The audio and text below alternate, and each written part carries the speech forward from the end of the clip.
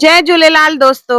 अॼु असां ठाहींदासीं सिंधी सिंगर जी मिठाई। डबल डेकर बि हूंदी आहे और इहा आहे केसर सिंगर माओ, जेका स्पेशली असां दिवाली ते रक्षाबंधन ते ठाहींदा आहियूं। इहा घर में कीअं ठाहिजे मां तव्हांखे ॿुधाईंदसि, छाकाणि त ही घणनि ई दुकाननि ते अवेलेबल न हूंदी आहे। त इहा तव्हां इज़ीली घर में कीअं ठाहियो उहा तव्हांखे ॿुधाईंदसि मां अॼु। जय झूलेलाल दोस्तो, मां मुस्कान आहूजा और तव्हांजो स्वागत आहे मुंहिंजे चैनल हुनर मुस्कान का सिंधी ते। इहो उहो चैनल आहे जिन ते तव्हांखे सिंधी रेसिपीज़ मिलंदियूं, उन खां सवाइ सिंधी ट्रेडिशन, सिंधी कल्चर हुजे, असांजी रीति रस्मूं हुजनि, हिकु हिकु वीडियो मां पंहिंजे चैनल ते अपलोड कंदी आहियां। ॾिण वार हुजनि, ॾिण वारनि ते कहिड़ो खाधो ठहंदो आहे, हिकु हिकु मुंहिंजे चैनल ते आहे, त ज़रूरु चेक कजो। अचो त रेसिपी हाणे शुरू था कयूं पिया। सभिनी खां पहिरियों खणंदासीं असां हिते हिकु कोप मिल्क पाउडर, जेको लॻभॻि 200 खां 250 ग्राम आहे, और उन में विझंदासीं अधु कोप खीर। जेको कप तव्हां यूज़ कंदो हिकिड़ो ई रखिजो, जेको सॼी रेसिपी में यूज़ करणो आहे। इन में हिकु चमचो विझंदासीं घी और इनखे चङी तरह मिक्स कंदासीं।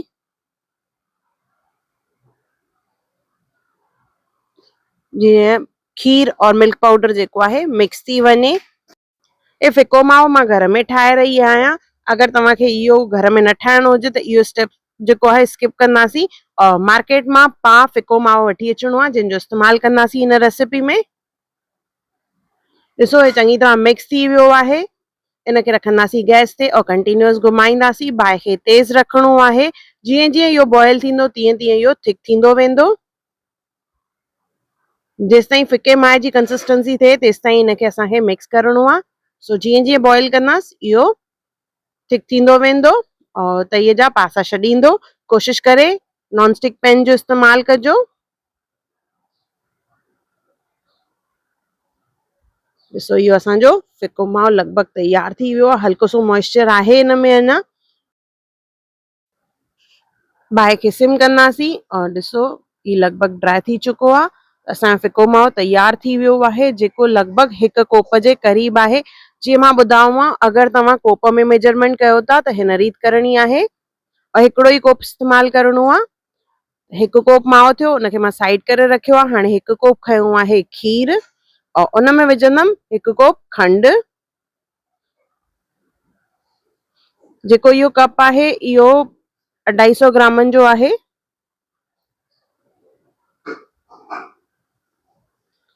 चङी तरह मिक्स कंदासीं और इन में गॾु विझंदासीं असां केसर।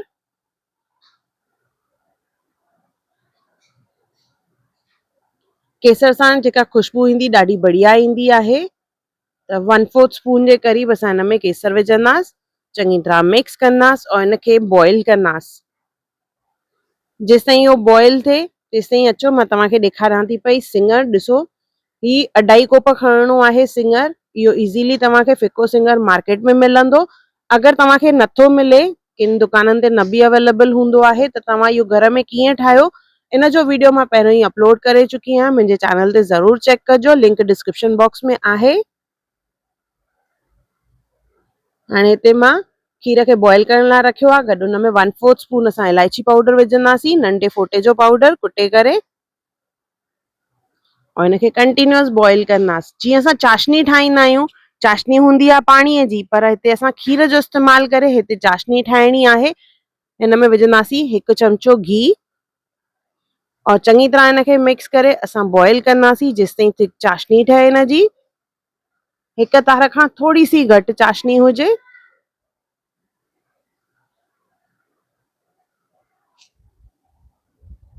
जीअं जीअं बॉइल कंदासीं तीअं तीअं चाशनी जेका आहे थिक थींदी वेंदी।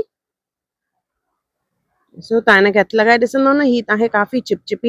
असां हिकु कोप माओ अलॻि करे रखियो होसीं, जेको ठाहियोसीं असां, या जीअं मां ॿुधायो मां मार्केट मां वठी था अचो त 250 ग्राम माओ वठी अचिणो आहे।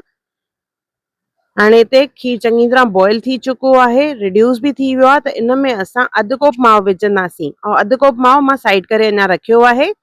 चङी तरह मिक्स कंदासीं। जेके ॻोड़ा हूंदा उनखे मैश कंदासीं, जेके वॾा वॾा पीसिस आहिनि, और कंटिन्यूअस बॉइल कंदे इनखे असां हिकु थिक चाशनी ठाहींदासीं, हिकु तार खां घटि जी। उन खां पोइ जेको असां सिङर रखियो होसीं मां ॾेखारियोमांव न तव्हांखे, 2.5 कोप सिङर आहे इहो, साॻे कोप जो इस्तेमालु कंदासीं और गॾु माओ बि विझंदासीं। त हिन में सिङर बि अची वियो, माओ बि अची वियो ऐं केसर बि अची वियो। इन्हनि खे मिक्स कंदासीं, बाहि खे तेज़ रखिणो आहे और बिल्कुलु हल्के हथ सां हिनखे घुमाइणो आहे, न त जेको सिङर आहे उहो अटो थी वेंदो, त बिल्कुलु हल्के हथ सां हिनखे घुमाइजो। बाहि खे तेज़ ई रखिणो आहे, बिल्कुलु हल्के हथ सां घुमाईंदासीं। और हीअ मिठाई जेका आहे न काफ़ी सॉफ्ट हूंदी आहे, ॿियनि मोहन थाल या ॿी कंहिं मिठाईअ वांगुरु हार्ड न हूंदी आहे। इहा मिठाई जेका आहे सॉफ्ट हूंदी आहे। चङी तरह मिक्स कयो आहे, हल्की सी हाणे मां बाहि खे सिम कयो आहे त थोरो सो जेको मॉइस्चर बचो आहे उहो बि हली वञे। ॾिसो लॻभॻि हिन मां जेको बि मॉइस्चर हो हली वियो आहे। और अञा रखण खां पोइ बि इहे थोरी एब्ज़ॉर्ब कंदी पाणी, छाकाणि त बेसण जो ठहियल आहे सिङर, त उहो पाणी एब्ज़ॉर्ब कंदो आहे। इनखे हाणे असां हिकु ट्रे में विझंदासीं, मोल्ड में ग्रीस करे उन में विझणो आहे। और जीअं ॿुधायोमांव हिनखे घणो मिक्स बि न आहे करिणो और घणो प्रेस बि न आहे करिणो, न त हीअ मिठाई जीअं सॉफ्ट आहे त सॼी मैश थी वेंदी और अटो अटो थी वेंदी। त बिल्कुलु हल्के हथ सां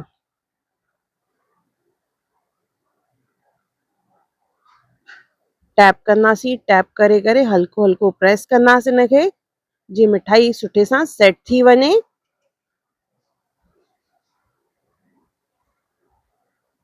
इन तरह टैप कंदासीं और मथां ड्राई फ्रूट सां हिनखे असां डेकोरेशन कंदासीं, जंहिंमें काजू बादाम पिस्ता इन्हनि जो इस्तेमालु कंदासीं। तव्हां चाहियो त हिते सिल्वर वर्क बि लॻाए सघंदा आहियो या बादामनि जा अध पीस कटे करे बि लॻाए सघंदा आहियो। ड्राई फ्रूट विझी करे उनखे बि थोरो सो हल्के हथ सां प्रेस कंदासीं, जीअं ड्राई फ्रूट सेट थी वञे। और इनखे असां रखंदासीं थधो थियण जे लाइ। नॉर्मल ॿाहिरि ई रखिणो आहे, फ्रिज में न रखिणो आहे, रूम टेम्परेचर ते ई ॿाहिरि पियो हुजे। लॻभॻि कलाकु 1.5 कलाक खनि हिनखे लॻंदो आहे थधो थियण लाइ, बिल्कुलु भई जीअं सेट थी वञे। उन खां पोइ हिनखे पीसिस में कट कजो। सो 1.5 कलाक थी वियो आहे, मिठाई सेट थी वई आहे। और जीअं मां ॿुधायोमांव इहा मिठाई काफ़ी सॉफ्ट हूंदी आहे और ॾाढी टेस्टी बि हूंदी आहे। सिंधियुनि जी फेवरेट मिठाई, और स्पेशली इनखे सिंधी मिठाई बि चवंदा आहिनि। केसर सिङर माओ और डबल डेकर जेका हूंदी आहे, मथे लेयर में माओ और हेठि सिङर, उनजो बि मां वीडियो अपलोड करे चुकी आहियां, उहो बि ज़रूरु ॾिसजो। इनखे असां गोल्डन कप्स में जीअं ॿाहिरि मार्केट में मिलंदो आहे तीअं बि सर्व करे सघंदा आहियूं। इहा असांजी केसर सिङर माओ तयार आहे, जेका ॾाढी टेस्टी आहे। हिकु दफ़ो ज़रूरु ठाहियो और मूंखे कमेंट सेक्शन में ज़रूरु ॿुधाइजो त तव्हांखे मुंहिंजो वीडियो कीअं लॻो और अहिड़ी कहिड़ी रेसिपीज़ तव्हां मुंहिंजे चैनल ते ॾिसणु चाहियो था उहो बि मूंखे ज़रूरु ॿुधाइजो। अगरि तव्हांखे मुंहिंजे चैनल ते रेसिपी या वीडियो पसंदि आयो हुजे त उनखे ज़रूरु लाइक कजो, शेयर कजो और सब्सक्राइब कजो। और मुंहिंजी नई ईंदड़ वीडियोस खे ॾिसण जे लाइ बेल आइकॉन ज़रूरु क्लिक कजो।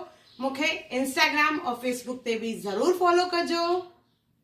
और मुंहिंजे सफ़र में मुंहिंजो साथ ॾियण लाइ धन्यवाद। जय झूलेलाल।